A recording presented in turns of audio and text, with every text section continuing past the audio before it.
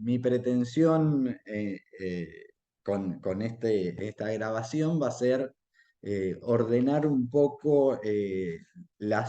la función que cumplen los textos en las discusiones que queremos presentar en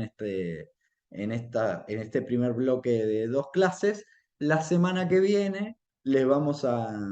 compartir en el aula una síntesis de las discusiones un poco más elaborada, digámoslo. La semana que viene vamos a subir seguramente una ficha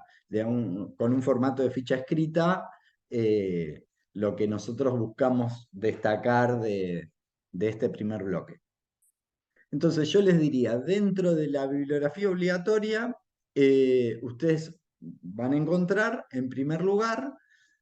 la sugerencia de un texto de Eric Hobsbawm que tiene por título La izquierda y la política de la identidad, en el cual Hobsbawm recupera un poco la emergencia el surgimiento, la emergencia de esto que se denominó como las políticas de la identidad. Vamos,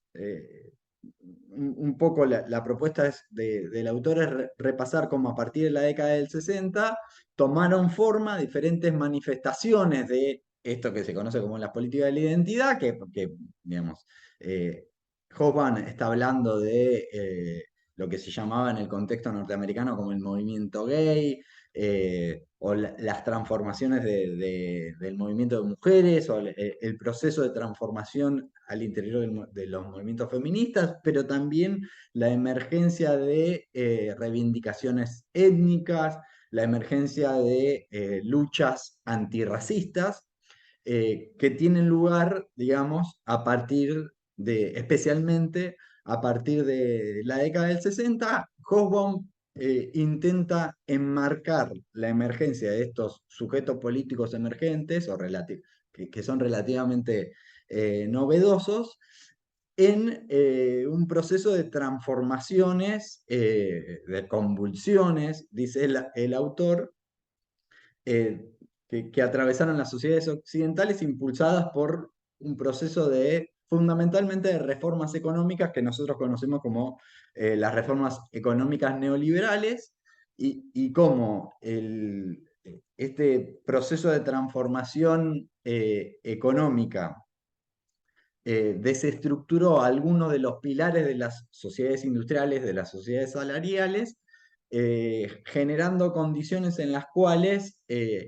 se, mm, se agrietaron, por decirlo de algún modo, los imaginarios en torno a cómo estaba conformada la sociedad, quiénes eran los sujetos, cuáles eran los conflictos que organizaban esas sociedades, digamos. El texto de Hobsbawm un poco nos permite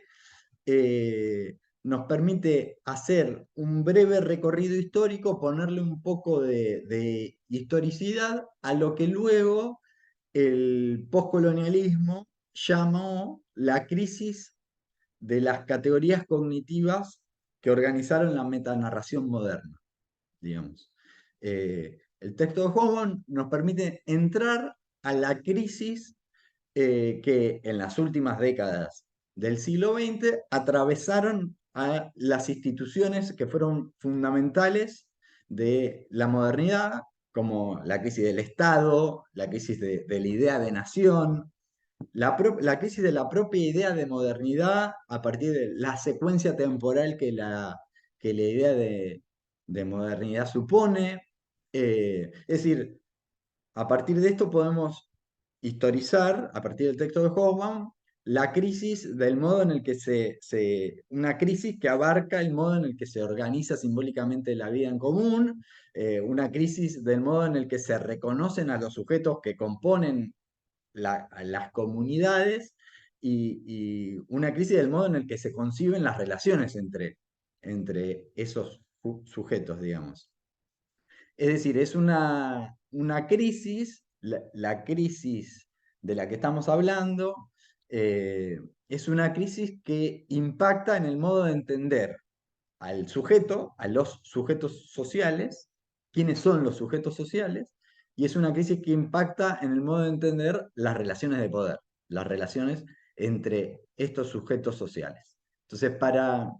meternos más profundamente en, en este debate sobre la crisis de la modernidad y la apertura que eso implicó en el reconocimiento de diferentes sujetos sociales y la apertura en el modo en el que se conciben las relaciones de poder, tenemos entre la bibliografía obligatoria además dos textos que forman parte de lo que podemos llamar el postcolonialismo, postcolonialismo en un sentido laxo, ¿no? Eh, Porque tenemos, por un lado, un texto de Homi Bhabha, que es la introducción al lugar de la cultura, esta compilación de textos del autor, y también tenemos el manifiesto inaugural del grupo de estudios subalternos, un poco para poner en relación debates sobre el postcolonialismo desarrollados desde diferentes localizaciones institucionales, pero también diferentes localizaciones geográficas y políticas.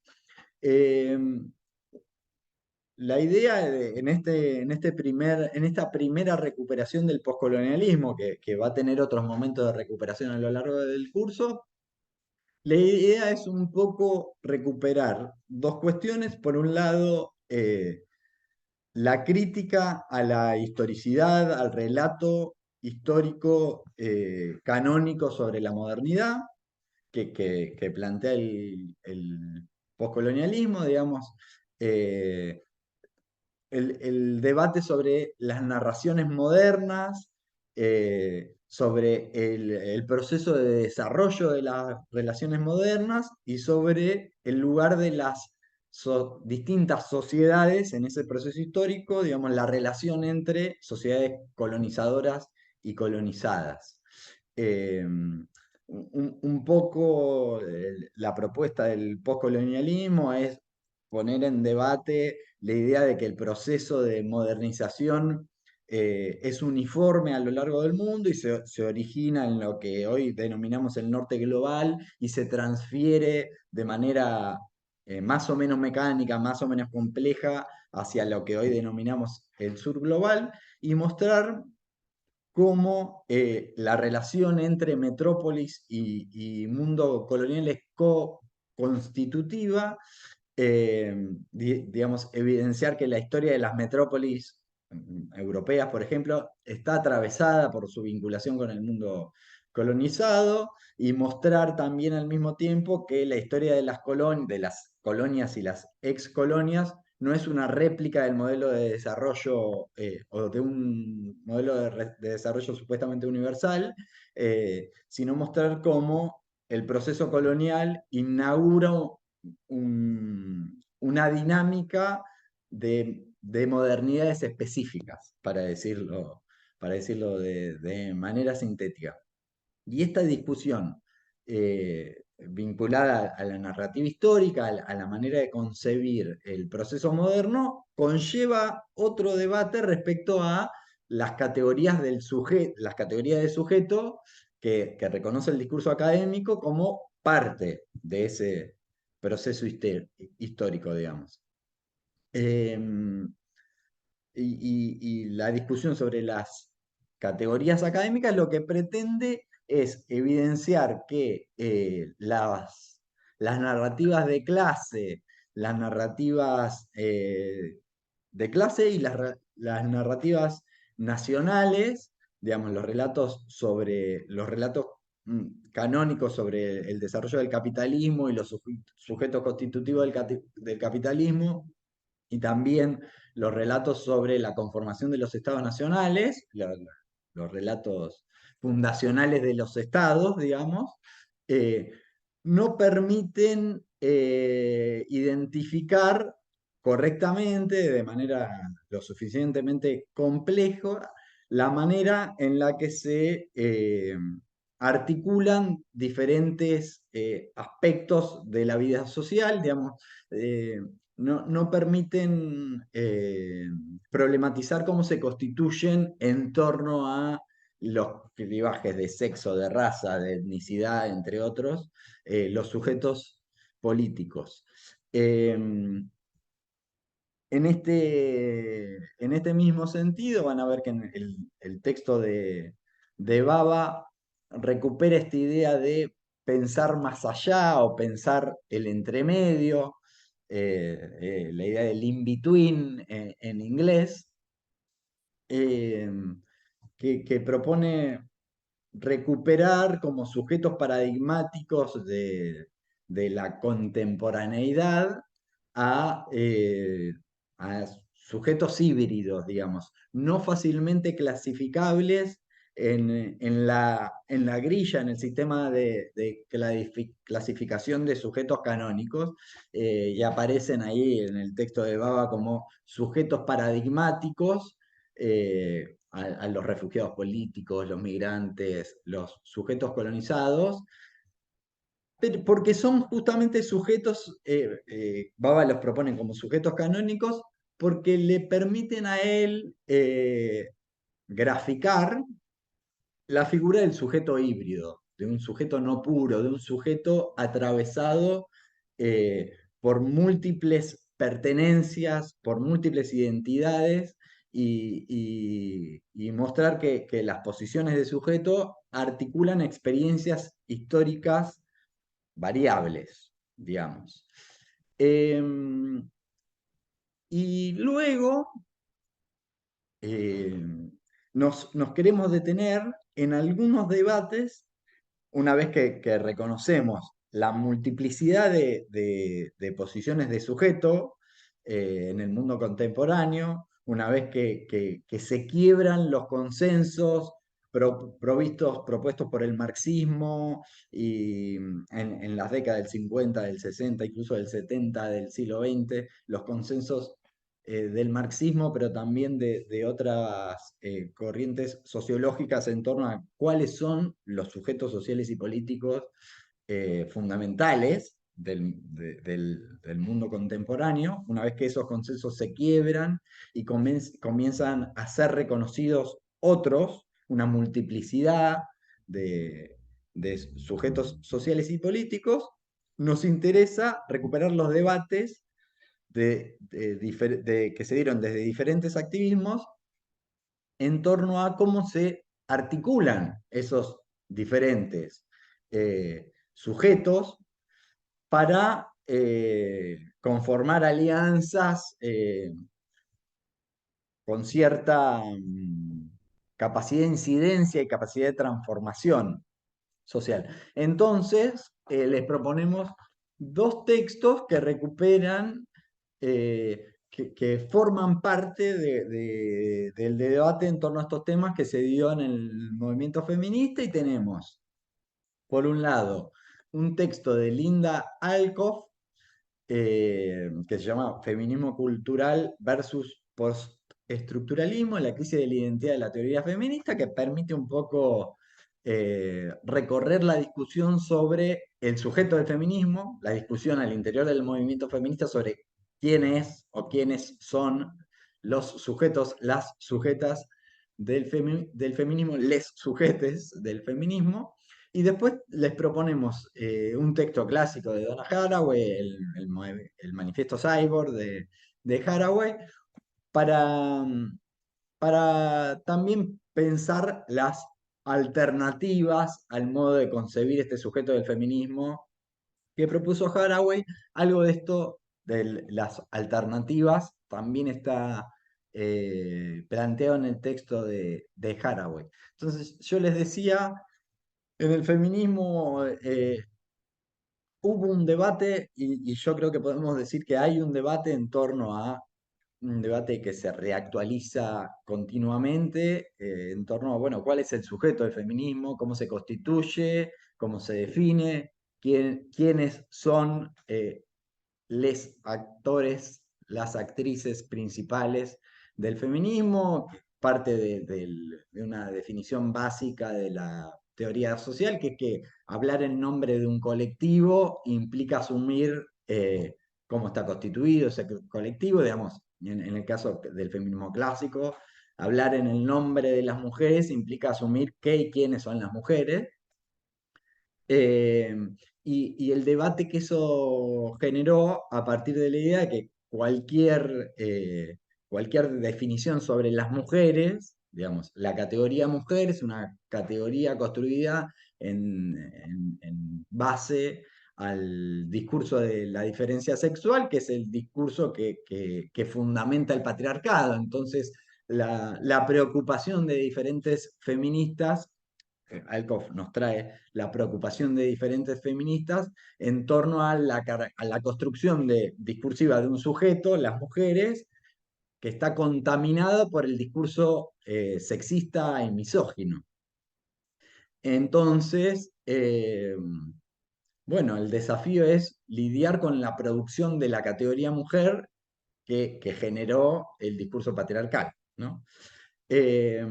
entonces, Alcoff recupera dos reacciones de distintas pensadoras feministas frente a este problema. Por un lado, lo que ella llama el feminismo cultural, que parte de la idea de que existe algo así como una especie de naturaleza o esencia femenina, y de lo que se trata es de recuperar esa esencia femenina que es cuestionada y amenazada y subalternizada por el discurso patriarcal. Y hay otra posición, que es la que ella denomina como la posición postestructuralista, que rechaza por completo la posibilidad de concebir a una esencia o a un fundamento último de la feminidad, sino que plantea que de lo que se trata es de deconstruir el modo en el que esa categoría ha sido históricamente conformada. Y Alcoff recupera también, digamos, los debates o las posiciones críticas frente al feminismo cultural por su esencialismo y frente al postestructuralismo por su incapacidad para nutrir de herramientas al movimiento, al activismo, digamos. Eh, entonces, Alcoff lo que propone es, para salir de la disyuntiva, nos presenta el trabajo de diferentes autoras que buscan saldar esta cuestión, trascender esta cuestión, y entonces tenemos eh, el trabajo de Alicia Janó, de Lauretti, el trabajo de Chela Sandoval en torno a la categoría de la conciencia positiva, que están ahí en el texto de Alcoff, digamos. Y tenemos también lo que les proponemos nosotros del mito cyborg, ¿no? Que propone Haraway como otro modo de saldar estas, digamos, formas que encontraron diferentes autoras de proponer la articulación de un sujeto del feminismo que trascienda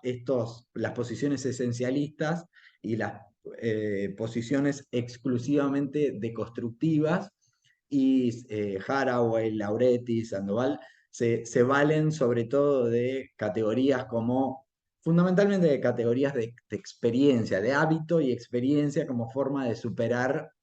lo que Alcoff llama el culturalismo o el nominalismo. Y bueno, un poco esta es la propuesta del recorrido para las primeras dos clases. Yo les decía al comienzo, hace un ratito, que vamos a dejarles un texto escrito con formato de ficha, digamos, para intentar puntualizar más concretamente en diferentes tópicos que tratan los textos para ordenar la lectura. eh, y, y por supuesto, tenemos la posibilidad de responder preguntas y consultas que surjan en el foro, que la semana que viene también vamos a abrir un foro específico para consultas y dudas en torno a los textos.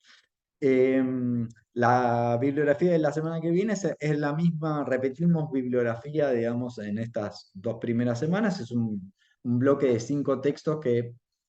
preferimos subirlo de entrada, pero la clase de 2 también comparte esos textos. Bueno, seguimos entonces en contacto y nos leemos a través del foro y nos encontraremos de manera presencial en un par de semanas.